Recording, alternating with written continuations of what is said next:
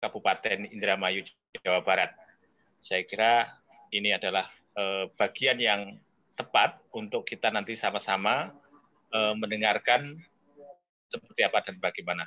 Untuk selanjutnya, sepenuhnya saya serahkan kepada moderator kita, Bapak Dr. Rasto MPD. Monggo dipersilakan. Iya. Terima kasih Pak Samsudin selaku host atau pemandu acara pada hari ini. Terima kasih atas waktunya.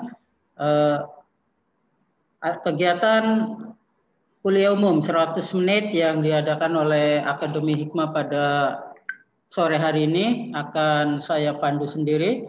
Tapi sebelumnya saya akan membacakan sekilas tentang kurikulum vitae pemateri pada sore hari ini, yaitu nama Profesor Saiful Rahmat SPD, MIR dan PhD. Ini beliau alumni S1 dari IKIP Jogja ya, Prof ya ini. Ya, kemudian betul. S2 dan S3 ya, S2 dan S3-nya dari Australia. Kebetulan waktu saya S1 belum ketemu beliau karena beliau juga sudah aktif kuliah di S2. Baik, Bapak Ibu, beliau adalah guru besar di Fakultas Ilmu Sosial. Keahlian beliau adalah sejarah Indonesia. Ada 36 jurnal yang saya dapatkan dari kurikulum vitae beliau yang diterbitkan oleh Universitas Negeri Yogyakarta. 36 jurnal ini baik jurnal nasional maupun jurnal internasional. Mungkin itu saja Bapak Ibu perkenalan dari pemateri kita pada sore hari ini. Pada sore hari ini kuliah umum akan membahas tentang pemikiran Profesor Kunto Wijoyo tentang ilmu sosial properties. Dari data yang saya terima bahwa beliau Kunto Wijoyo ini adalah pemikir Muslim Indonesia yang mencetuskan pemikirannya mengenai ilmu sosial profetif. Pemikiran ini berawal dari Bapak Kunto Wijoyo terinspirasi dari tulisan-tulisan Roger Groody dan juga Muhammad Iqbal. Dari pemikiran Groody dan ini kemudian Prof. Kunto Wijoyo mengambil filsafat profektifnya. Kemudian Prof. Kunto Wijoyo juga kemudian merumuskan 3 pilar ilmu sosial profektif, yaitu humanisasi, liberalisasi, dan transendensi dari misi historis Islam bagaimana terkandung dalam Al-Quran. Baik Bapak Ibu yang berbahagia, untuk lebih jelas dan lebih lengkap tentang pemikiran Profesor Kunto Wijoyo tentang ilmu sosial profetis, kepada Profesor Saiful Rahmat kami persilakan. Ya, terima kasih waktu yang diberikan kepada saya untuk menyampaikan materi berkaitan dengan pemikiran Kunto Wijoyo, terutama ilmu sosial profetis. Kalau kita lihat, untuk memahami ilmu sosial profetis itu, kita harus tahu sisi lain dari pemikiran Kunto Wijoyo juga gitu. Jadi Kunto Wijoyo itu seorang penulis, seorang puisiwan, penulis novel dan lain-lain, sehingga keahliannya sangat luar biasa. Sehingga pemikirannya itu tidak bisa hanya diringkes menjadi ilmu sosial profetis saja. Untuk memahami pemikiran Kunto Wijoyo berkaitan dengan ilmu sosial profetis, mungkin kita harus tahu sisi lain daripada pemikiran Kunto Wijoyo, yaitu terutama tentang objektifikasi Islam. Objektifikasi Islam itu berkaitan dengan bagaimana Islam itu dibuat objektif. Dibuat objektif artinya mengikuti standar ilmu modern. Itu. Jadi kalau Islam menjadi ilmu yang objektif, maka Islam akan bisa diterapkan oleh umat dari non-Muslim. Inilah yang kemudian dikenal dengan istilahnya ilmu Islam rahmatan lil alamin. Jadi agar Islam menjadi rahmat bagi semua manusia, maka Islam harus diperluas jangkauannya menjadi Islam yang objektif atau juga kemudian dikatakan sebagai objektifikasi Islam itu. Objektifikasi Islam ini lahir di latar belakangi oleh diskurs pada waktu itu, yaitu berkaitan dengan Islamisasi ilmu. Islamisasi ilmu yang digagas oleh Ismail Al-Faruqi atau juga Said Al-Attas itu. Jadi kalau kita lihat dari situ, objektifikasi Islam itu merupakan respon terhadap Islamisasi ilmu. Sehingga kalau di sini untuk melihat pemikiran Kuntowijoyo harus juga diselaraskan dengan usaha Kuntowijoyo ketika dia melakukan pidato pengukuhan kaitannya dengan tingkat perkembangan pemikiran umat Islam dari tahap mistis, ideologis, kemudian tahap ilmu. Nah, inilah pemikiran Kuntowijoyo tentang objektifikasi Islam itu di sini kaitannya dengan bagaimana membawa Islam itu memiliki jangkauan yang lebih luas, karena sebelumnya Islam cenderung ditempatkan dalam posisi standar normatif. Islam sebagai standar normatif, maksudnya Islam sebagai dakwah itu. Dakwah yang biasa disampaikan oleh para ustadz dan para kiai. Nah, itulah menurut Pak Kunto dianggap sebagai normatif, standar normatif. Kemudian yang kedua adalah ketika Islam itu ditempatkan sebagai suatu ideologi itu. Nah, ketika Islam ditempatkan sebagai suatu ideologi, maka Islam menjadi suatu identitas. Nah, latar belakang dari kemunculan Islam sebagai ideologi itu ya di dunia modern, ketika Islam masuk dalam dunia modern, seperti pengaruh dari pemikiran Jamaluddin Al-Afghani. Nah, dari situlah saya kira itu yang kemudian memperkenalkan pan-islamisme itu. Nah, Islam sebagai ideologi di sini, Islam menjadi suatu identitas. Nah, sebagai suatu identitas, pada tahapan ini, Islam itu berhadapan dengan kolonialis, penjajah. Misalnya di Indonesia ada penjajah Belanda. Sehingga kemudian wujud yang lain dari Islam ideologis adalah menginginkan adanya negara Islam gitu. Nah, tapi akhirnya tahapan ideologis ini kemudian gagal. Dalam artian ketika tahapan ideologis itu ingin mendirikan negara Islam. Tapi hanya sampai kepada mendirikan suatu negara Pancasila gitu. Karena apa? Berdirinya negara Pancasila itu merupakan kontribusi atau sumbangan dari berbagai macam kelompok sosial politis. Tidak hanya dari Islam, tapi juga dari kelompok non-Muslim. Lalu apakah negara Pancasila itu memiliki landasan yang kuat dilihat dari sudut pandang Islam? Ternyata negara Pancasila memiliki landasan yang kuat dari sudut pandang Islam juga gitu. Nah, ini sudah saya tulis dalam disertasi saya berkaitan dengan The Fixed Plus Paradigm and the Moderate Theory of Polarization. Nah, di sini saya menyampaikan bahwa negara Pancasila merupakan bentuk dari the moderate theory of secularization. Jadi pure atau teori sekularisasi murni di Barat tidak bisa diterapkan di Indonesia. Karena apa? Islam dan juga agama-agama yang lain di Indonesia menjadi salah satu motor penggerak sejarah. Menjadi salah satu motor penggerak sejarah. Sehingga Islam tidak hanya di sektor privat. Maaf, Prof. Islam juga memiliki Prof, maaf. publik. Ada tampilan PowerPoint-nya, Prof? Oh, sementara belum sampai, sebentar ya. Oh, iya, barangkali pas Prof. Jadi kalau dilihat dari situ, negara Pancasila pun memiliki legitimasi dari sudut pandang fikih gitu. Nah, begitu juga kemudian dengan sekarang adanya Hari Santri tanggal 22 Oktober, ketika resolusi jihad, itu juga resolusi jihad itu dijustifikasi oleh agama, dalam arti dijustifikasi oleh paradigma fikih itu.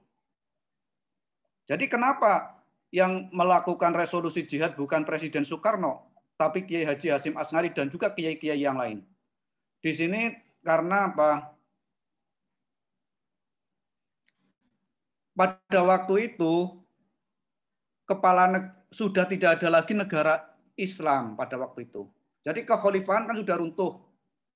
Kekhalifahan sudah runtuh sehingga tidak ada lagi negara Islam. Ketika kekhalifahan ada, maka yang mendeklarkan jihad adalah khalifah. Ketika khalifah lenyap, kekhalifahan lenyap, maka tanggung jawab daripada hukum agama atau syariah itu ada di ulama. Nah, sejalan dengan itu, maka yang melakukan resolusi jihad adalah ulama, bukan Presiden Soekarno. Nah, kemudian tahapan selanjutnya adalah tahapan ilmu. Jadi disertasi Kuntowijoyo itu ditulis berdasarkan pemikiran dari August Comte, salah satu bapak sosiologi, bahwa perkembangan pemikiran manusia dari mistis, ideologis, dan ilmu. Nah, dari situ August Comte itu mengatakan bahwa ketika tahap ilmu atau dunia modern, maka peran agama akan semakin menyusut. Itu. Nah, Kuntowijoyo dengan ini kemudian sampai kepada apa? Supaya Islam tidak menyusut perannya, maka Kuntowijoyo melakukan suatu reinterpretasi bahwa Islam itu harus dibawa ke tahap ilmu, itu. Ke tahap ilmu sehingga apa? Islam itu bisa menjadi rahmatan lil alamin, itu. Tapi lagi-lagi ada dilema di sini. Dilemanya apa? Ketika Islam dijadikan sebagai suatu ilmu, tapi kenyataannya kemudian lahir sisi lain, ilmu sosial profetis. Gitu. Jadi objektifikasi ilmu, kemudian sisi lain dari pemikiran Kuntowijoyo adalah ilmu sosial profetis. Ketika ilmu sosial profetis, maka profetis itu cenderung mengarah kepada nilai-nilai yang sifatnya khusus untuk umat beragama itu. Nah, dari situ inilah yang mungkin menjadikan bahwa ilmu sosial profetis masih belum melahirkan teori-teori yang ada. Padahal ilmu sosial profetis sudah lahir sekitar tahun 1990-an. Jadi sudah lama ya, sekitar berapa tahun ini? Sudah hampir 30 tahun. Tapi ilmu sosial profetis masih belum tahu apa body of knowledge-nya. Saya masih belum jelas banyak body of knowledge-nya. Mungkin kalau saudara-saudara udah banyak yang tahu kaitan dengan body of knowledge ilmu sosial profetis teorinya itu, saya harapkan bisa saling sharing itu untuk diskusi itu. Jadi supaya jelas, kita sudah melahirkan ilmu sosial profetis sejak tahun 1991, tapi bentuknya seperti apa? Mana yang sudah masuk ke dalam teori ilmu sosial profetis itu gitu. Ini penting. Harus tahu bentuknya itu, contoh-contohnya itu. Jadi ini kerja besar gitu. Karena apa? Kuntowijoyo menelurkan ilmu sosial profetis itu sebagai pengganti dari ilmu sekuler gitu. Jadi Kuntowijoyo itu melihat bahwa ilmu sekuler itu sebagai ilmu normal. Ilmu normal yang akan mengalami krisis itu. Mengalami krisis kemudian akan digantikan oleh ilmu sosial profetis itu. Memang dunia sekarang ini masih mengalami ketidakadilan. Yang miskin makin miskin, yang kaya makin kaya, itu contohnya itu. Jadi inilah yang juga adanya hak veto di PBB itu kan juga menunjukkan bahwa yang kuat itulah yang berkuasa gitu. Jadi tidak ada keadilan gitu. Nah, inilah yang kemudian melahirkan pemikiran tentang ilmu sosial profetis yang akan menggantikan ilmu sekuler gitu. Nah, kalau bicara tentang ilmu normal dengan ilmu tidak normal itu mungkin saudara bicara dari pemikiran Thomas Kuhn. Mungkin saya juga ingin mendapat dialog sejauh mana saudara tahu tentang pemikiran Thomas Kuhn tentang ilmu normal, kemudian ilmu dalam krisis gitu. Nah, ini supaya terjadi dialog. Karena kalau saya bicara satu arah kemudian jadi saya menduga ini sudah tahu atau belum atau bagaimana, kita saling melengkapi gitu. Jadi pemikiran Kunto Wijoyo tentang ilmu sosial profetis tidak salah. Dia juga menindaklanjuti pemikiran ide besar dari Arnold Toynbee. Arnold Toynbee mengatakan bahwa peradaban itu mengalami lahir, berkembang, dan runtuh. Toynbee menganggap bahwa peradaban Barat itu sedang menuju peradaban tidak menyuntikkan nilai-nilai agama. Karena selama ini peradaban Barat dibangun oleh kekuatan. Hukum rimba, survival of the fittest, siapa yang kuat itulah yang mengatur. Kalau saudara siap untuk mendirikan perdamaian, saudara harus punya senjata yang kuat gitu. Jadi istilahnya apa? Saudara harus siap perang andai kata ingin menegakkan perdamaian. Saudara mau mengancam negara kalau tidak punya kekuatan senjata, saudara tidak bisa gitu. Jadi pemikiran ilmu sosial profetis ada relevansinya juga dengan pemikiran daripada Arnold J. Toynbee yang menulis tentang sejarah universal gitu. Nah, lagi-lagi mungkin saya perlu tunjukkan di sini di layar mungkin kaitannya dengan anggapan Kunto Wijoyo bahwa ilmu sosial profetis itu sebagai ilmu yang akan menggantikan ilmu sekuler. Kalau menurut saya ini kegagalannya di sini. Karena apa? Kalau saya melihat ilmu sosial profetis itu masuk dalam kategori neumena itu. Kalau saudara tangkap pemikiran dari Immanuel Kant, ada fenomena dan ada neumena. Itu. Nah, kalau dilihat ilmu sosial profetis itu adalah neumena.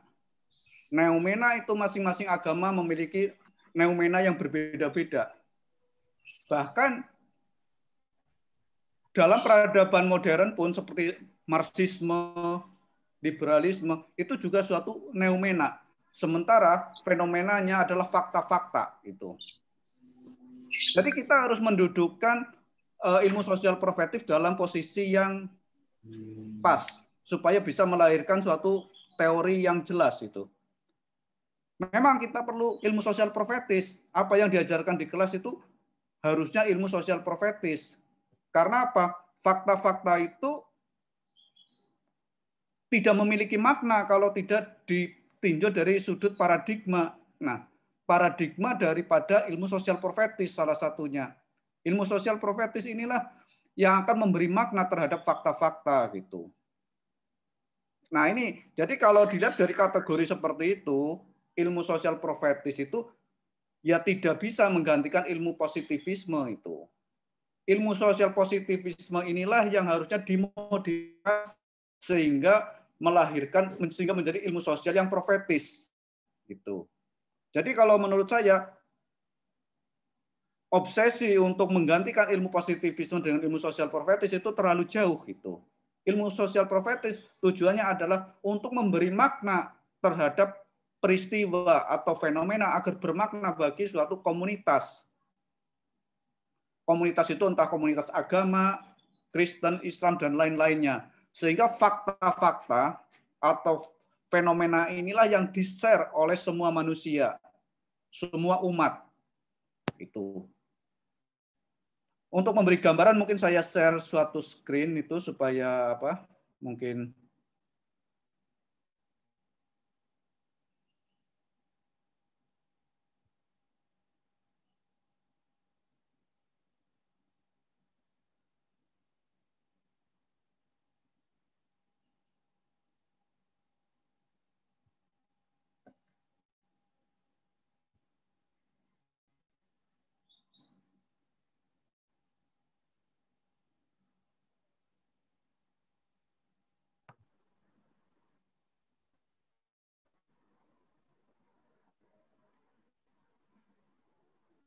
Ya, saya baca.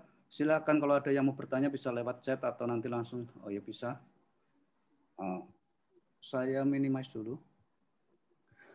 Nah, tapi mungkin daripada sebenarnya saya masih ada yang ingin saya share ntar, yang tadi kaitannya dengan Inter.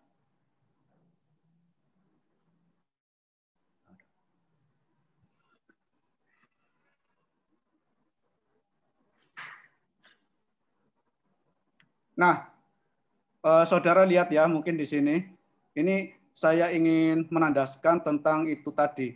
Apa yang tadi saya katakan tentang fenomena dan neumena, itu identik dengan pemikiran Al-Farabi yang mengatakan knowledge of fact, pengetahuan tentang fakta.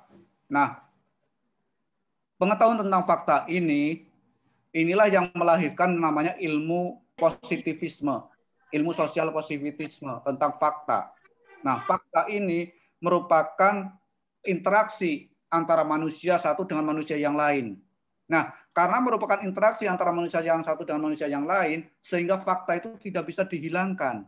Fakta itu tidak bisa digantikan oleh ilmu sosial profetis itu.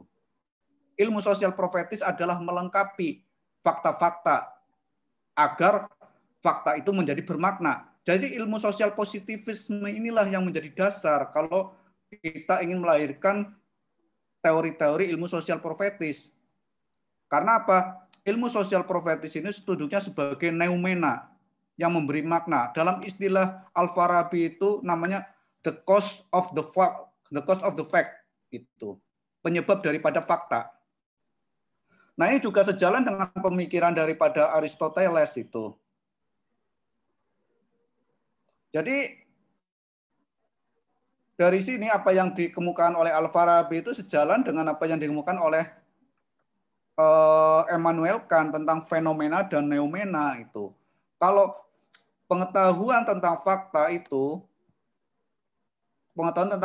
ini sifatnya universal. Itu. Karena apa? Fakta-fakta itu inilah yang akan diberi makna itu. Sifatnya universal. Kemudian pengetahuan tentang penyebab fakta itu sifatnya interpersonal. Interpersonal artinya apa?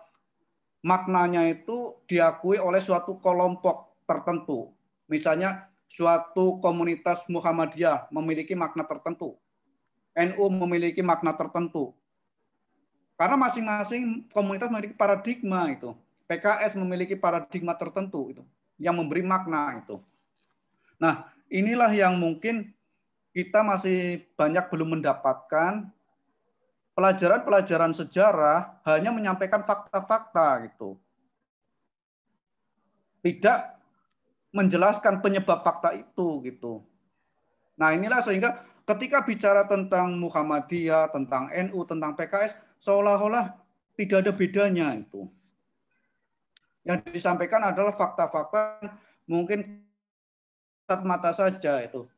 Padahal kalau kita mau, harusnya kita tahu perbedaan masing-masing organisasi, masing-masing kelompok. Kita tahu perbedaan masing-masing organisasi atau kelompok bukan untuk menjatuhkan. Karena itu jelas tidak sesuai dengan agama Islam. Kita tahu untuk menundukkan orang lain. Tapi bagaimana supaya terjadi transformasi? Atau juga andai kata kelompok lain itu mengalami hambatan, bisa membantu gitu. Nah, inilah yang perlu dipikirkan itu. Kalau kita lihat misalnya, kalau kita melihat, saya menganalisa, pernah menulis itu berkaitan dengan PKS saya. Menulis PKS itu seorang penulis barat kaget ketika saya mengatakan bahwa PKS merupakan sintesa dari NU dan Muhammadiyah misalnya. Ya maksudnya sintesa pemikiran itu. Jadi dalam analisa awal saya, anggota PKS itu adalah mayoritas itu berdasarkan survei itu 70% pendiri PKS itu berasal dari generasi muda Muhammadiyah yang tinggal di pedesaan. Sehingga pemikiran tentang wujud agama di pedesaan itu kemudian juga dikombinasi dikombinasikan dengan pemikiran Muhammadiyah yang lahir di perkotaan. Sehingga sebagai suatu sintesa, sebenarnya PKS bisa menjadi suatu partai yang besar, andai kata didukung oleh pemikiran yang besar gitu. Bisa meramukan pemikiran dari kutub kiri, sebelah kiri ke kutub sebelah kanan itu. Gampangan saja antara kutub tradisional dengan kutub modernis. Bagaimana dikombinasikan sehingga menjadi suatu pemikiran besar. Karena PKS sudah didukung oleh suatu lembaga dalam bentuk partai. Nah, lembaga ini akan menjadi besar andai kata pemikirannya besar gitu. Nah, inilah yang saya pahami bahwa sesuatu itu harus saling melengkapi gitu. Antara fenomena dengan fenomena harus saling melengkapi. Antara ilmu sosial profetis dengan ilmu positif harus saling melengkapi gitu. Jadi jangan sampai ilmu sosial profetis itu kemudian menghilangkan ilmu positivisme itu. Ilmu positivisme yang sekuler yang didasarkan pada fakta-fakta itu. Justru fakta-fakta ini adalah yang di-share oleh umat manusia seluruhnya. Jadi ilmu sosial profetis harus didasarkan pada umatan wahidah, bukan hanya umat Islam saja, bukan hanya umat beragama saja. Karena dalam salah satu tulisannya Prof. Gunto mengatakan bahwa ilmu sosial profetis menjadi ilmu sosial dari umat beriman yang akan menggantikan ilmu dari kelompok sekuler itu. Menurut saya harus saling melengkapi. Kehidupan nyata ini, contohnya kehidupan di kampung ini, adalah interaksi manusia dari berbagai agama gitu. Jadi teori baru lahir ketika ada dalam kehidupan yang nyata ini gitu. Ketika tidak ada dalam kehidupan yang nyata ini, tidak akan bisa lahir teori. Makanya saya ingin tahu, mungkin ada yang bisa menyebutkan ada beberapa teori tentang ilmu sosial profetis andai kata kita lihat, tapi kita harus menentukan kriterianya itu. Ilmu sosial profetis itu yang seperti ini gitu. Jadi apa yang ditulis di sini ilmu sosial profetis itu ya harus dibandingkan dengan ilmu yang lain agar saling melengkapi. Mungkin sedikit saya akan share kaitannya. Di sini dalam salah satu judulnya saya menulis dalam satu pidato ilmu sosial profetis dan sosial kapital sebagai fondasi peradaban Islam modern. Ilmu sosial profetis ini saya bandingkan dengan sosial kapital. Sosial kapital ini modal sosial.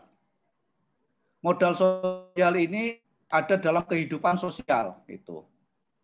Ada dalam kehidupan sosial inilah yang membentukkan peradaban. Contohnya Pancasila adalah ada dalam kehidupan sosial, menghasilkan peradaban Pancasila itu. Jadi kehidupan sosial ini dibentuk oleh interaksi manusia antar manusia yang akhirnya melahirkan kesepakatan-kesepakatan atau negosiasi-negosiasi.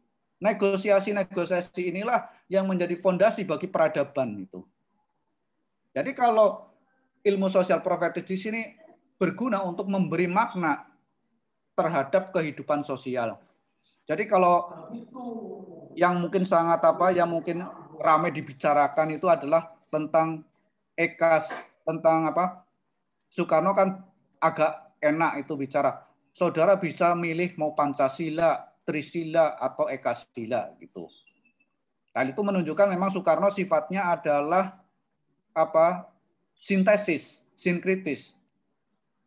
Dia bukan ideologis itu sebenarnya.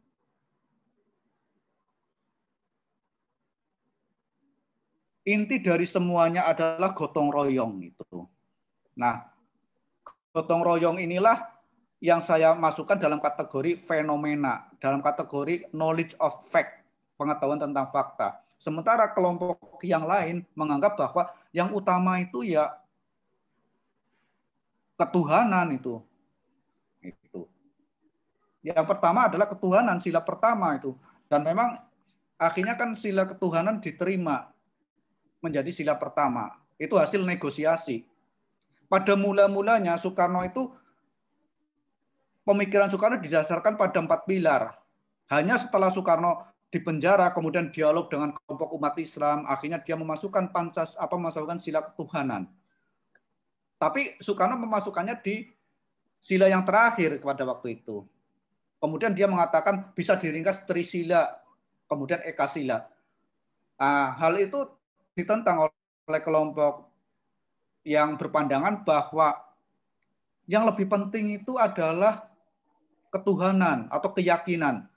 Nah, kalau kita lihat di sini, misalnya dalam gejala gotong royong di kampung, dalam membangun misalnya gorong-gorong misalnya, di situ yang penting hadir itu.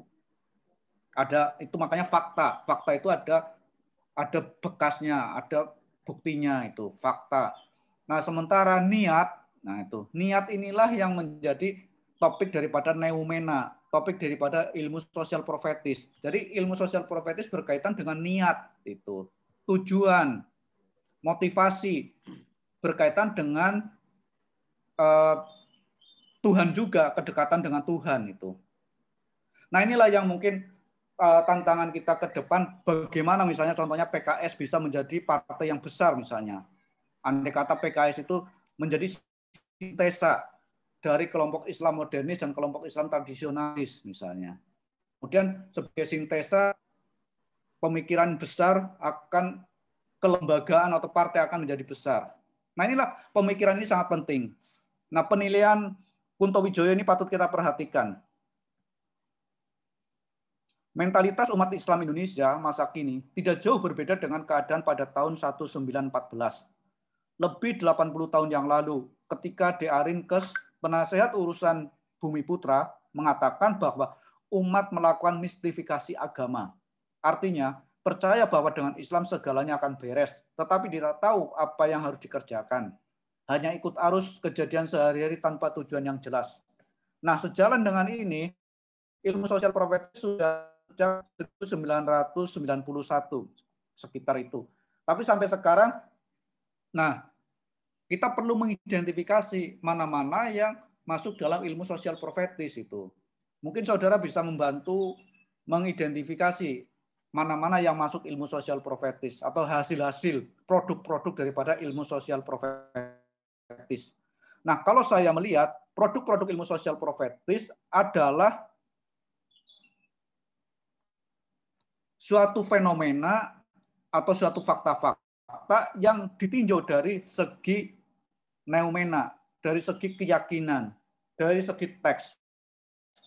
Masing-masing kelompok agama atau kelompok Marxisme, kelompok apa pokoknya. Nah, itu yang bisa dikatakan sebagai suatu ilmu sosial profetis. Tapi kalau kita lihat di sini, mungkin kategori kelompok Marxis, pandangan kelompok Marxis tidak bisa masuk kalau di sini. Atau juga kelompok liberalis mungkin, karena mereka tidak percaya pada Tuhan. Karena kalau kita lihat ilmu sosial profetis itu tadi seperti dikatakan oleh Mas Rasto sebagai pengejawantahan daripada Quran surat Ali Imran 111, 110 sepertinya, ketika ada humanisasi, liberalisasi, kemudian spiritualisme. Anda merupakan umat yang terbaik yang diturunkan ke muka bumi untuk amar ma'ruf nahi mungkar dan kemudian karena percaya kepada Tuhan itu. Nah, kalau dari sini maka untuk menyatukan manusia dari semuanya baik yang sekuler maupun yang religius, maka penyatuannya ada dalam fakta atau dalam fenomena itu. Jadi di situ penyatuan manusia sebagai umatan wahidah ada dalam fakta, dalam fenomena, bukan dalam neumena. Jadi ilmu sosial profetis itu hanya khusus untuk umat-umat yang beriman. Saya kira itu mungkin untuk pengantar. Mungkin nanti bisa dilanjutkan dengan yang lain ataupun tanya jawab, silahkan. Iya, terima kasih Prof. Saiful. Mangga teman-teman atau peserta dari kuliah umum 100 menit, barangkali ada yang mau atau perlu didiskusikan dengan Prof. Saiful, kami persilakan.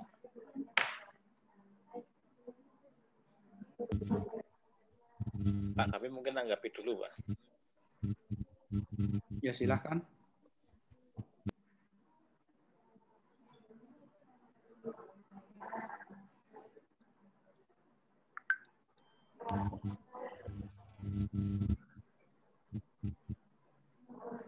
Ya, sekali lagi kepada peserta kuliah umum 100 menit, jika ada yang perlu didiskusikan atau yang perlu ditanyakan kepada pemateri kita, yaitu Prof. Saiful, silakan.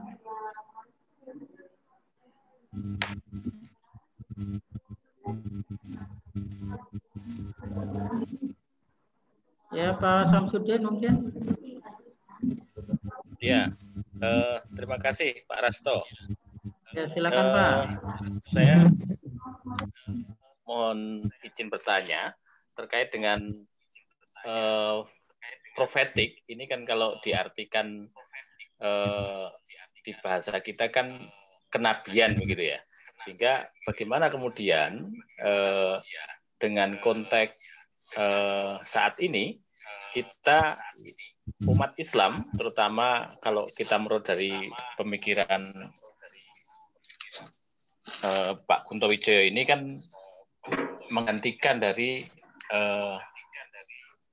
ilmu sosial, ilmu sekuler gitu ya, begitu. Nah, sehingga karena saat ini eranya boleh dikata serba lebih cepat, lebih pragmatis, lebih dengan teknologi, bagaimana kemudian keterkaitannya dengan proses itu, sehingga mungkin jalan pintas itu akan juga dalam konteks pemikiran yang lebih luas akan mengurangi nilai-nilai itu sendiri gitu loh. Nah, mungkin yang pertama itu. Yang kedua, relevansinya dengan konteks saat ini bagaimana kemudian? Mungkin itu dulu, Pak. Matur nuwun. Ya, terima kasih Pak Samsudin. Langsung saja Prof. Saiful, monggo menanggapinya. Oh ya, jadi kalau kita lihat di sini, yang namanya profetis itu memang berkaitan dengan kenabian. Nah, karena berkaitan kenabian, maka ilmu sosial profetis adalah ilmu untuk umat beriman. Sehingga sebagai ilmu untuk umat beriman, Pak Kunto itu berobsesi akan menggantikan ilmu-ilmu sekuler, ilmu-ilmu yang positif. Tapi menurut saya ini nanti kontradiksi dengan pemikiran Pak Kunto yang lain, kaitannya dengan objektifikasi Islam. Objektifikasi Islam Pak Kunto itu bagaimana Islam itu menjadi semacam ilmu itu. Karena sebagai ilmu maka Islam itu akan menjadi rahmatan lil alamin. Tidak hanya untuk umat Islam saja gitu. Nah, ini di situ menurut saya itu kontradiktif itu. Makanya harus ditempatkan pada proporsinya itu. Yang dimaksudkan menjadikan ilmu yang menggantikan menurut saya ya, menggantikan bukan dalam pengertian bahwa tidak akan ada ilmu-ilmu sekuler itu. Tidak akan ada ilmu-ilmu positivis lagi. Bukan itu menurut saya pemahamannya harusnya. Menggantikan dalam pengertian bahwa misalnya pelajaran-pelajaran sejarah, misalnya pelajaran-pelajaran sejarah ditulis ulang gitu. Sehingga apa yang disampaikan dalam buku-buku pelajaran yang disampaikan ke anak didik itu adalah ilmu sosial profetis itu. Jadi menggantikannya di sini itu. Bukan menggantikan tidak akan ada lagi ilmu sosial positivisme gitu. Jadi harus dipahami dalam pengertian seperti itu. Jadi buku-buku pelajaran sejarah itu perlu ditulis ulang, bukan hanya menyajikan fakta-fakta, tapi harus dari penyebab fakta. Penyebab fakta itu berkaitan dengan niat, tujuan gitu. Nah, sebagai umat beragama, niat dan tujuannya adalah lillahi ta'ala semuanya itu. Nah, dari sini Yang jadi kendala adalah umat Islam itu mengalami hambatan dalam dunia modern ini. Hambatannya apa? Dalam kehidupan sosial banyak yang dianggap tidak masuk agama. Contohnya apa? Misalnya membuang sampah di sembarang tempat. Ya, sekarang saudara lihat di pinggir-pinggir jalan orang membuang sampah sembarangan. Padahal kalau kita telusuri mereka adalah umat beragama. Itu. Umat beragama Islam maupun umat beragama yang lain itu. Nah, inilah yang senjang itu. Kesenjangannya itu di sini. Ketika kehidupan sosial itu tidak diberi makna dari sudut pandang agama gitu.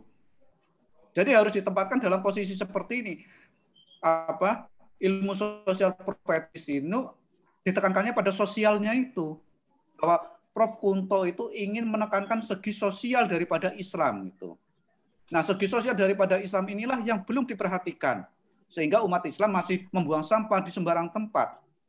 Nah, jelas ini tidak sesuai dengan agama Islam. Tetapi ini terjadi gitu. Berarti umat Islam mengalami split of identity, kepribadian terpecah gitu. Kepribadian terpecah terjadi karena apa? Ketika pelajaran di sekolah tidak dijelaskan bahwa membuang sampah adalah melanggar ajaran agama. Atau juga ketika agama Islam itu tidak menjelaskan kehidupan sosial. Tapi agama lebih fokus mengajarkan pada ibadah mahdhoh gitu. Lebih khusus pada mengajarkan rukun iman. Hanya khusus pada rukun Islam. Tapi rukun sosial, seperti yang digagas oleh Kiai Haji Abdurrahman Wahid, rukun sosial itu belum masuk. Kebanyakan. Nah, Abdurrahman Wahid melihat bahwa rukun sosial ini merupakan fondasi yang penting bagi peradaban, gitu. Termasuk peradaban modern. Andai kata umat Islam ingin menjadi negara modern, maka rukun sosial ini harus matang. Atau juga kemudian yang saya katakan sosial kapital, modal sosial. Modal sosial inilah yang penting. Seperti saya pernah mengatakan bahwa dengan adanya COVID, maka umat Islam itu kemudian menjadi lebih tertib ketika melakukan tawaf misalnya. Kemudian juga mungkin ketika mau masuk ke bis yang biasanya rebutan, kemudian karena COVID jadi lebih tertib itu. Jadi ini kehidupan sosial inilah yang penting. Jadi ketika Islam masuk sebagai ilmu, maka kemanfaatannya adalah seluruh umat. Jadi Islam itu hendaknya menjadi perbuatan baik, good deed, perbuatan baik atau amal. Dengan ilmu sekuler misalnya bisa membuat makan ternak atau nah itu kan ilmu sekuler. Ilmu sekuler itu kemudian digunakan untuk kemanusiaan itu. Jadi ilmu sekuler itu fakta itu tidak dihilangkan, tapi dimodifikasi, diperbaiki agar menjadi kemanfaatan untuk semuanya. Kayak sekarang Barat kan bisa menjadi modern, tapi kemodernan itu hanya untuk mereka sendiri karena mereka hanya concern pada nasionalisme, ketahanan nasional saja. Mereka abai terhadap kemanusiaan global. Nah, agama ini adalah peduli pada kemanusiaan global gitu. Nah, inilah yang mungkin perlu diluruskan bahwa yang ditekankan ilmu sosial profetis adalah sosialnya. Sosialnya bagaimana Islam memaknai konsep sosial ini atau rukun sosial ini.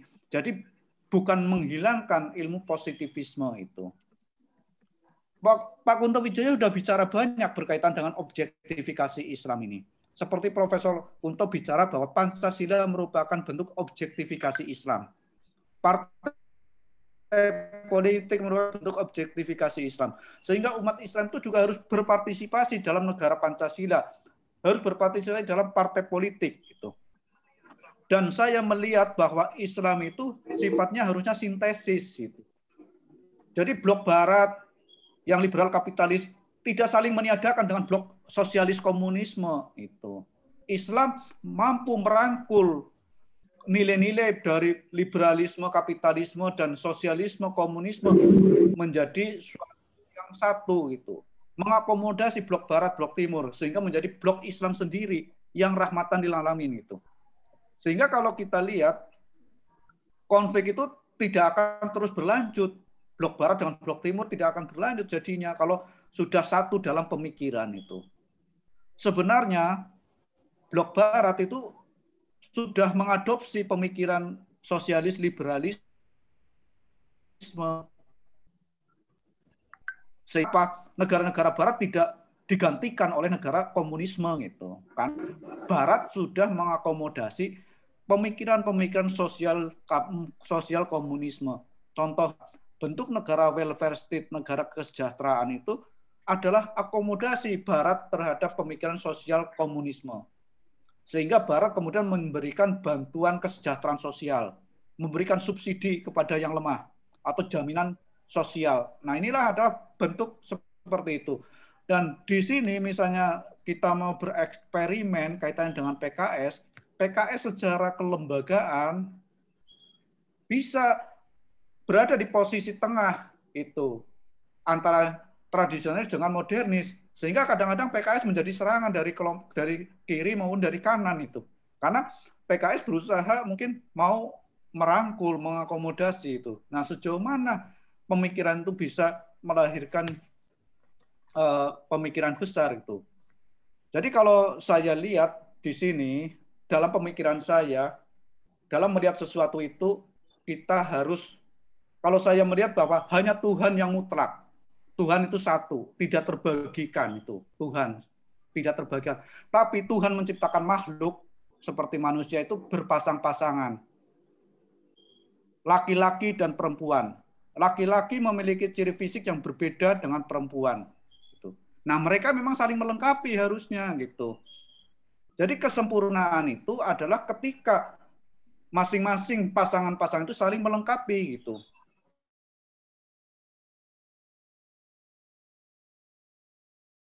Kapitalisme dipadukan dengan sosialisme, komunisme dirangkul semuanya menjadi sintesis. Karena sifat Islam adalah sintesis itu. Seperti kelahiran Yahudi. Yahudi itu cenderung berdasarkan hukum. Karena hukumnya ketat sekali sehingga orang non-Yahudi itu susah mau masuk agama Yahudi. Akhirnya kemudian antitesisnya adalah lahirlah agama Kristen yang lebih menekankan pada belief, keyakinan. Sehingga karena keyakinan itulah yang dipentingkan, kemudian dalam agama Kristen peraturan tentang puasa dan lain, sholat tidak terlalu jelas itu. Karena mereka lebih mementingkan keyakinan itu. Nah, Islam kemudian melangkah, teks kitab sucinya tidak hanya tentang keyakinan, tapi tentang syahadatain itu. Kemudian Al-Quran itu memberikan kaitan dengan rukun sosial itu, pilar sosial. Seperti dalam Quran surat Al-Baqarah itu juga dijelaskan. Contohnya adalah misalnya membantu orang tua itu tidak langsung berhubungan dengan Tuhan, tapi membantu orang sekitar kita baru dengan tujuan lillahi ta'ala itu. Jadi saya menolong orang Kristen menyeberang jalan misalnya dengan tujuan lillahi ta'ala gitu. Nah, seperti itu mungkin. Iya, terima kasih Prof atas jawabannya. Silakan kepada para peserta kalau ada yang ingin bertanya langsung kepada Prof Saiful. Ya, saya ingin menambah, Prof. Ya, silakan. Assalamualaikum warahmatullahi wabarakatuh. Waalaikumsalam warahmatullahi wabarakatuh. Maaf ini karena jaringannya kurang bagus sehingga terpaksa tidak menampilkan video. Khawatir nanti malah ketelekut. Jadi yang pertama memang kalau saya melihat bahwa proses tentang islamisasi ilmu tadi yang Prof Saiful itu, saya membaca ada pemikiran model Zainuddin Sardar misalnya yang bicara tentang masa depan peradaban Islam. Ya. Kemudian itu dipandang terlalu radikal, ya, sehingga muncullah pemikir-pemikir yang lebih moderat seperti Ismail Raja Al-Faruqi, kemudian dan lain-lain itu yang bicara tentang islamisasi ilmu.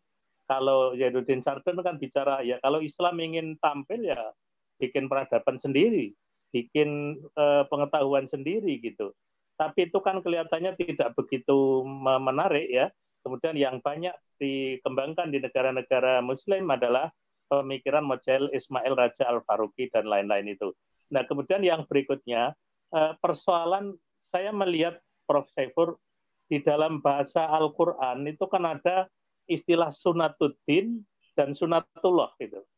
Jadi kalau maksud saya, yang dikatakan sunatullah itu mungkin yang di dalam dunia eksak itu dikatakan sebagai hukum alam atau hukum kausalitas gitu. Ini memang sunatullah itu berlaku untuk hal-hal yang sifatnya eksak. Nah, sementara kalau yang sifatnya sosial itu diatur dengan sunatuddin itu hukum-hukum agama.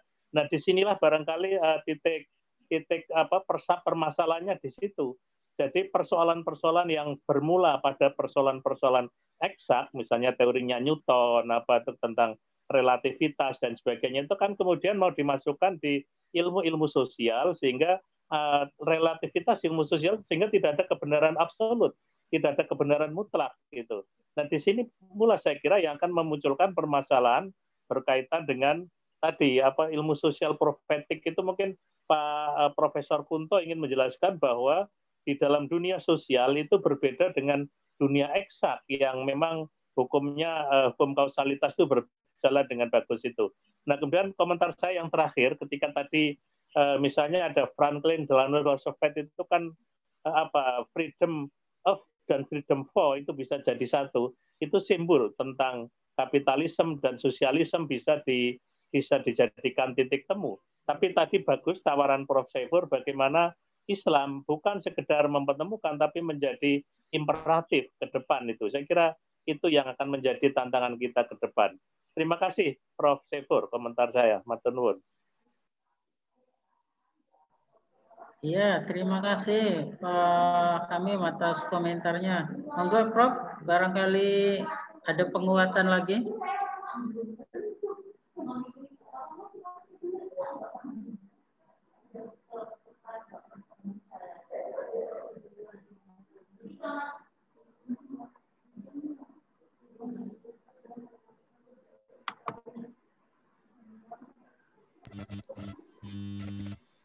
Suara itu Mas. Iya. Oh iya, maaf. Ya, ada dikotomi antara kholik dengan makhluk. Bahwa kholik itu mutlak, makhluk itu berpasang-pasangan, saling melengkapi misalnya. Nah ini berlaku juga ketika kita bicara tentang alam. Tadi Pak Hamim bilang kaitannya dengan hukum alam, eksak, dan ilmu sosial. Kalau saya melihat dalam eksak saja itu juga tidak hanya berdasarkan sunatullah saja itu. Jadi dalam semua kehidupan saya melihat ada faktor X itu. Jadi sunatullah atau hukum alam tapi tetap ada faktor X itu. Faktor X inilah merupakan kaitannya dengan Tuhan itu, kekuasaan Tuhan itu. Faktor X ini sesuatu yang tidak terduga seperti kayak COVID misalnya. Andai kata manusia bisa mengantisipasi, tidak akan mungkin ada lahir COVID misalnya. Atau juga misalnya walaupun ilmu manusia berkembang sunatullah, tapi tidak bisa menentukan kapan akan terjadi gempa atau apa sekalian. Jadi sunatullah itu berlaku juga dalam alam, dalam eksak-eksak itu. Sementara dalam ilmu sosial pun berlaku tadi ada sunatullah atau hukum hukum sosial. Nah, hukum sosial itu cenderungnya didasarkan pada fenomena itu. Nah, atau fakta-fakta. Hukum sosial itu cenderungnya pada fakta-fakta. Jadi yang ditulis oleh sejarah adalah cenderungnya adalah fakta-fakta. Siapa yang menang itulah yang akan menulis sejarah gitu. Sementara yang kalah cenderungnya dilupakan oleh sejarah gitu. Padahal belum tentu yang kalah itu salah itu. Bisa juga yang kalah itu benar di hadapan Tuhan itu misalnya. Contohnya begini, ketika Abdurrahman Wahid turun dari presiden, faktanya dia adalah kalah dalam sejarah gitu misalnya. Dia kalah. Apakah Abdurrahman Wahid ingin misalnya mengerahkan pengikutnya atau apa misalnya. Tapi dia tidak ingin mengerahkan seperti itu. Bisa dikatakan bahwa dia itu mengalah.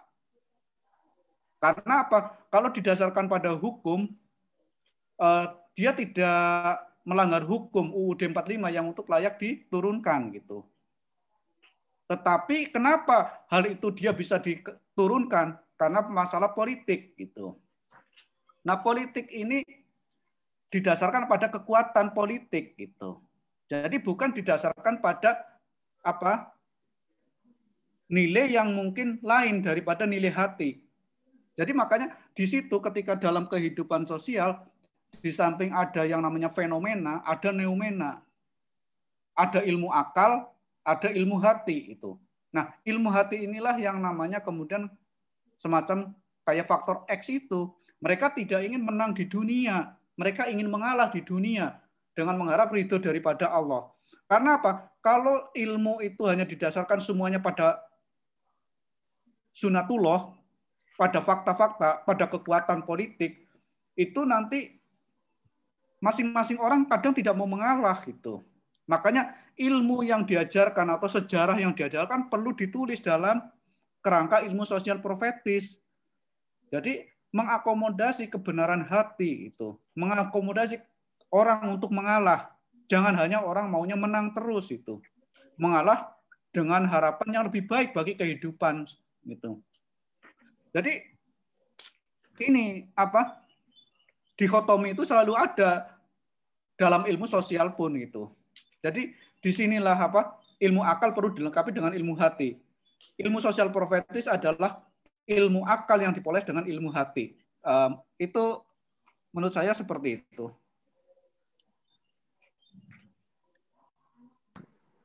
Terima kasih, Prof. Ini ada pertanyaan dari chat dari Saudara Denny. Pertanyaannya begini, Prof. Adakah titik singgung antara konsep transendensi dalam ilmu sosial profetis dengan pemahaman sekularisme, Prof?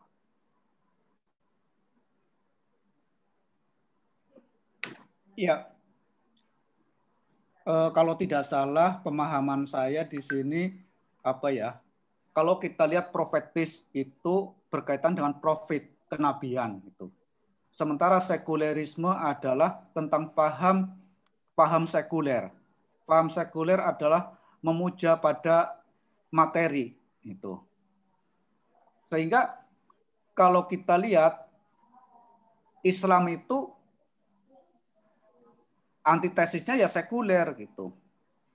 Atau sekulerisme. Islam itu tidak mengenal sekulerisme itu. Atau anti Tuhan. Islam itu atau Muslim itu ya harus percaya pada Tuhan. Karena sebagai umat agama harus percaya pada Tuhan. Gitu. Nah, ketika kita tidak percaya pada Tuhan, berarti bukan Islam Muslim lagi gitu. Nah, yang jadi masalah adalah apa ya? Antara Muslim yang satu dengan Muslim yang lain memiliki kadar penerimaan konsep sekuler secara berbeda gitu. Misalnya negara Pancasila ada yang menganggap itu negara sekuler gitu. Tapi ada yang menganggap apa pandangan fikih saya, misalnya dari saya penelitian saya, pandangan fikih saya itu memberi justifikasi agama itu. Bahwa paradigma fikih itu melihat yang sekuler dengan yang religius itu menyatu gitu. Jadi uang itu adalah sekuler. Karena apa? Bisa dipegang, kemudian juga harus kerja dengan kerja, tapi kemudian menjadi religius, andai kata uang itu dipakai untuk sedekah, untuk infak dan lain sebagainya. Orang yang banyak infak, banyak sedekah, dia adalah orang yang religius gitu. Jadi dalam suatu sisi itu integrasi itu, integratif. Jadi yang sekuler itu merupakan sarana bagi yang religius itu. Negara Pancasila adalah sarana bagi menegakkan nilai-nilai agama yang religius gitu. Jadi selalu seperti itu. Jadi makanya ketika suatu negara atau lembaga itu, jadi Islam itu sebenarnya politis. Islam itu politis karena apa? Islam itu kritis terhadap segala sesuatu. Islam itu kritis terhadap yang sekuler gitu. Kata-kata tadi, lembaga atau lembaga negara itu sekuler, makanya harus tetap dikritisi oleh Islam gitu dalam pelaksanaannya. Tetapi ketika suatu negara mengklaim sebagai negara Islam, tidak bisa bertindak semaunya juga, harus tunduk pada teks Islam itu, teks Al-Qur'an gitu. Saya kira itu. Iya. Terima kasih Prof atas jawabannya. Maka barangkali dari peserta Mas Agus barangkali mau bertanya, silakan. Mas Agus Tony. Monggo Mas Agus.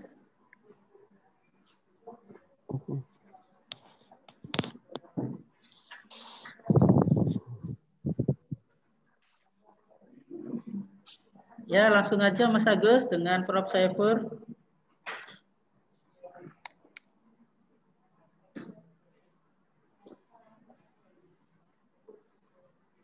Halo Mas Agus.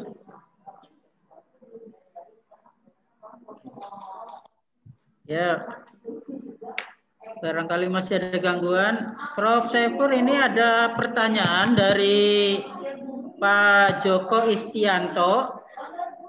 Pertanyaannya begini, Prof. Fenomena saat ini teknologi informasi berkembang pesat hingga tidak ada sekat fisik dan sekat sosial antar individu. Era disrupsi informasi tersebut bagaimana hubungannya dengan konsep ilmu sosial profetis di masa kini, Prof? Ya, saya kira itu ilmu sosial profetis itu sangat dibutuhkan, gitu ya. Jadi ilmu sosial profetis di Indonesia hendaknya menggantikan ilmu positivisme itu, tapi bukan berarti menghilangkan gitu ya. Jadi pemahaman terhadap pemikiran Prof. Kunto Wijaya itu di situ harusnya diletakkannya. Jadi andai kata dikategorikan sebagai menggantikan, saya kira menggantikan dalam prakteknya ya, menggantikan dalam prakteknya. Tetapi dalam kehidupan, jadi dalam prakteknya di Indonesia, misalnya buku-buku sejarah itu perlu ditulis berdasarkan paradigma dari kebudayaan kita itu, atau juga paradigma dari agama kita. Apa yang saya tulis, saya mengklaim bahwa apa yang saya tulis dalam disertasi saya itu juga merupakan wujud daripada ilmu sosial profetis. Karena apa? Saya memodifikasi konsep sekuler, teori sekuler yang lahir di Barat dengan pemahaman paradigma fikih yang ada di Indonesia, bahwa agama itu harus memiliki peran publik gitu. Karena apa? Agama harus mengkritisi lembaga, entah itu lembaga negara, partai politik atau apa itu. Jadi agama tidak bisa hanya disisihkan menjadi sektor privat itu. Tapi yang jadi dilema sekarang ini adalah ketika agama berperan dalam sektor publik, itu bisa jadi kendala. Andai kata yang masuk adalah identitas agama itu.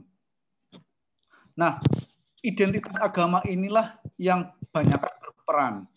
Sehingga konflik dalam dunia, jadi konflik setelah runtuhnya komunisme tahun 1989,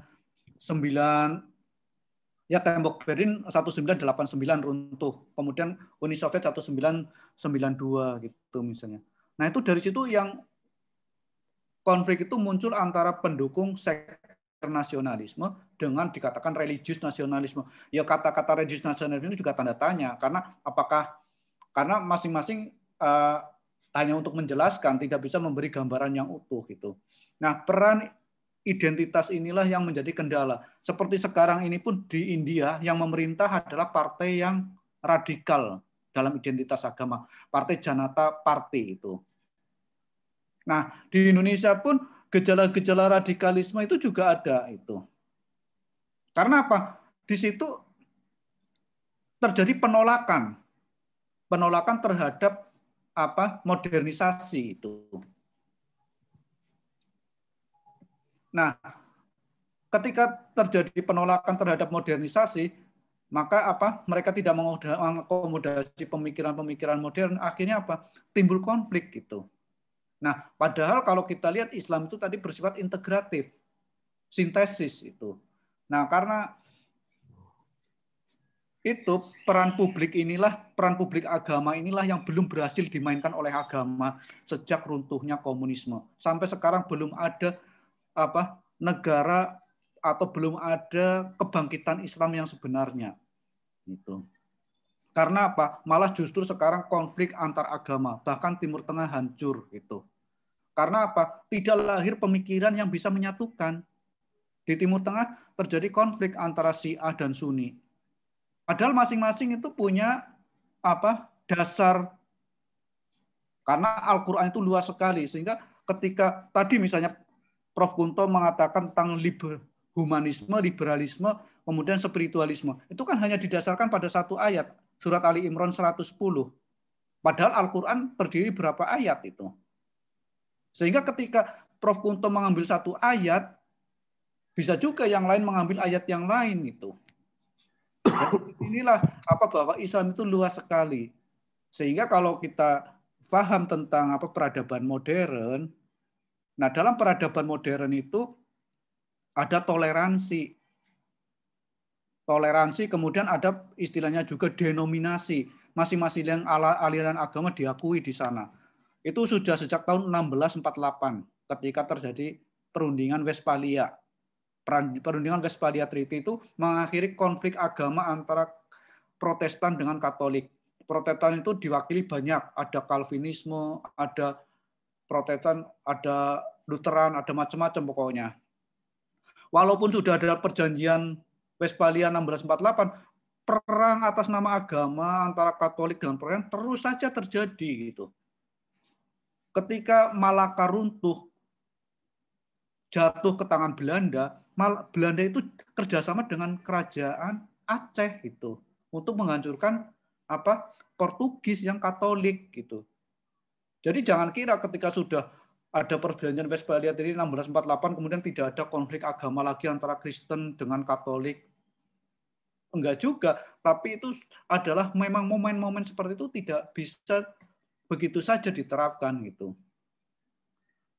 Jadi negosiasi atau perundingan semacam ini penting bagi lahirnya peradaban gitu. Nah, ketika mau membangun peradaban yang maju harus mau bernegosiasi gitu. Harus mau kesepakatan. Ketika suami dan istri mau membangun suatu rumah tangga, mereka harus membangun kesepakatan gitu. Bahkan masing-masing harus mengalah, kan, mengorbankan. Jadi memang masalah tidak harus diselesaikan. Jadi masalah dalam rumah tangga itu tidak harus diselesaikan, tapi asal udah saling paham, ya sudah berhenti konflik itu. Jadi konflik itu kalau diselesaikan dengan akal saja akan dihitung untung ruginya gitu. Sehingga tidak akan selesai itu. Nah, kalau kemudian kita mau mengalah dengan harapan pahala dari Tuhan, maka rumah tangga akan selamat.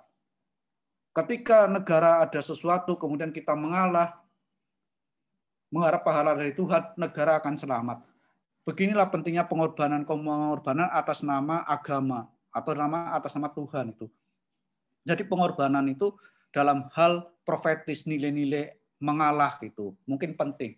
Jadi ketika dalam pelajaran sejarah pun kita juga harus diajarkan tentang pemikiran dari sudut pandang hati, dari sudut pandang agama. Karena agama itu sebenarnya yang penting adalah hati kita, mengasah hati kita dengan Tuhan gitu.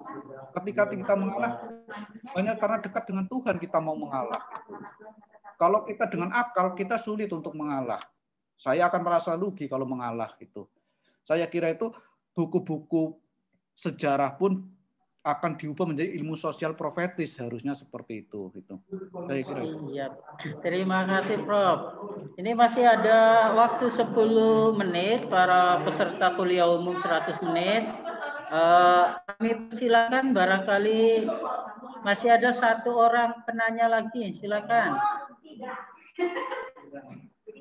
Ini Mas Andreas yang masih aktif, silakan. Kalau ada yang mau bertanya, langsung saja diaktifkan.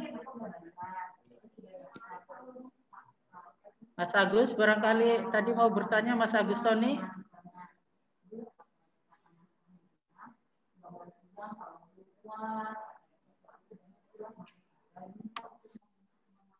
Ya, silakan yang mau bertanya langsung dengan Prof. Saiful.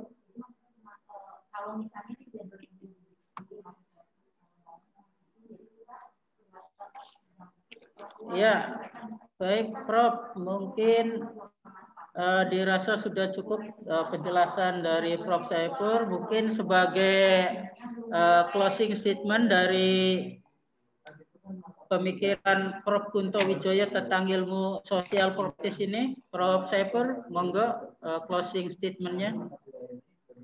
Ya, kalau saya lihat dari metode pengislaman dari yang dilakukan oleh Prof. Kunto Wijoyo itu ada dua, yaitu integralisasi dan kedua objektifikasi itu. Jadi yang objektifikasi tadi menekankan pada pentingnya ilmu itu. Jadi di situ Islam itu menjadi semacam ilmu yang berguna bagi semua umat itu.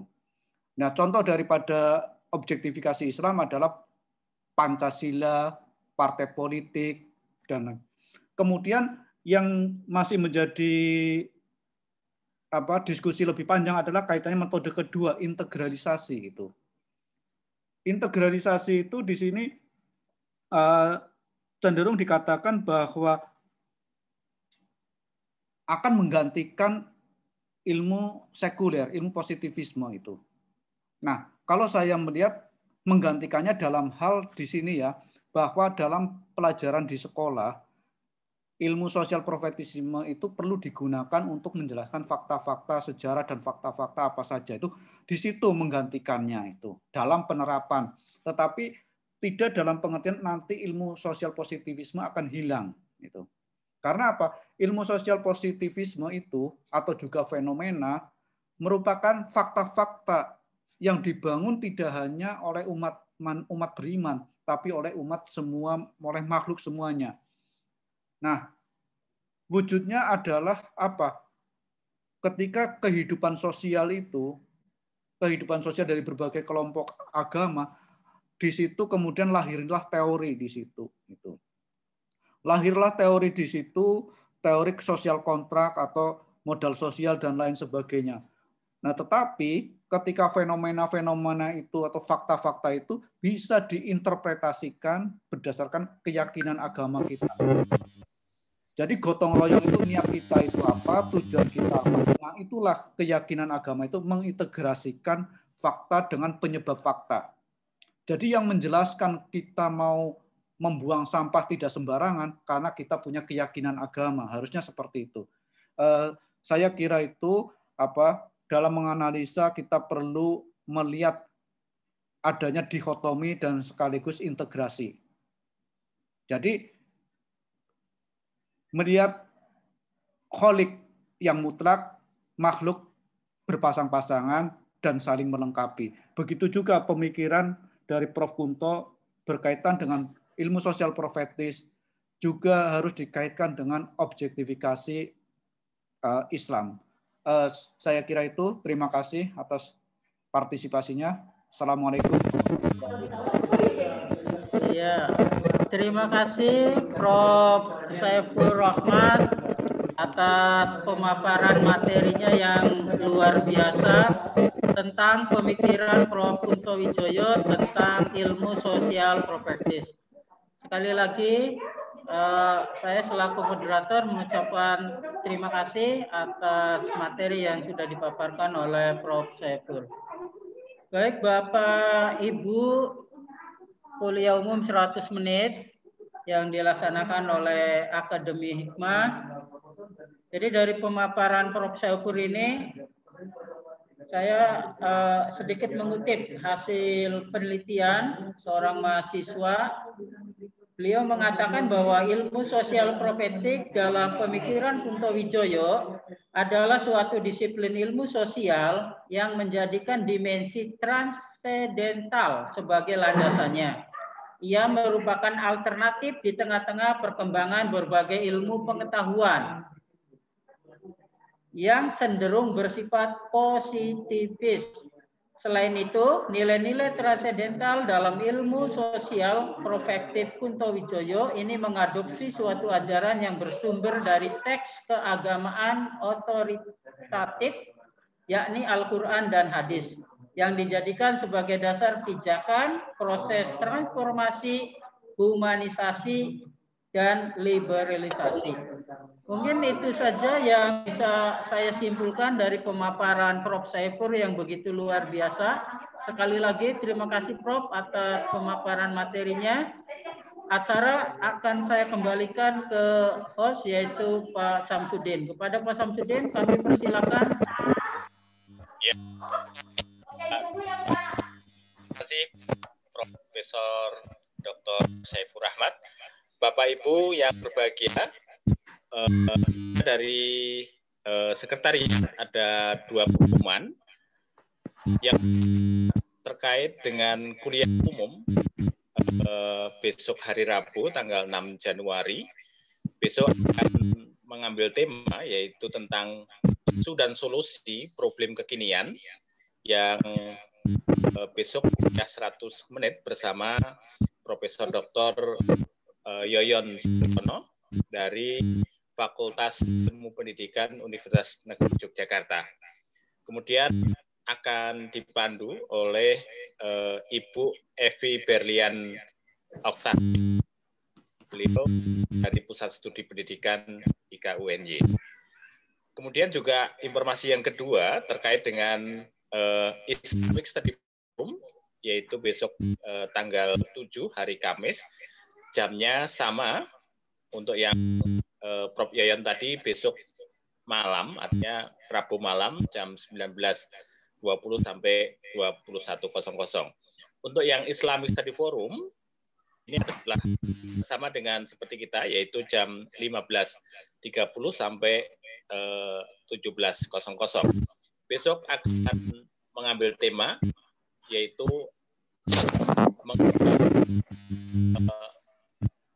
dalam perspektif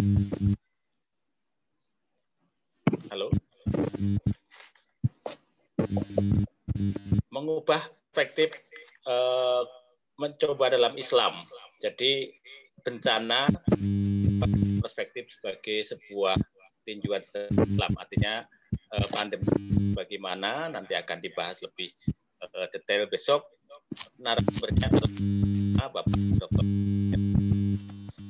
Yang kedua, Bapak Munif Edres, beliau adalah dari Majelis Tabligh Muhammadiyah dan akan dipandu oleh Ibu PD. Beliau adalah mahasiswa S2 dari Magister Manajemen Widya Wiwaha Yogyakarta. Ini adalah jam 15 sampai 17.00. Demikian Bapak Ibu yang berbahagia untuk kesempatan sore hari ini, dan marilah untuk kuliah umum 100 menit ini kita akhiri dengan bacaan hamdalah bersama-sama. Alhamdulillahirabbil alamin. Akhirul kalam, Assalamualaikum warahmatullahi wabarakatuh. Waalaikumsalam warahmatullahi wabarakatuh. Ya, terima kasih Prof. Rahmat, Pak Rasto, terima kasih. Iya, sama-sama. Pak Agus, juga Bu Hartini,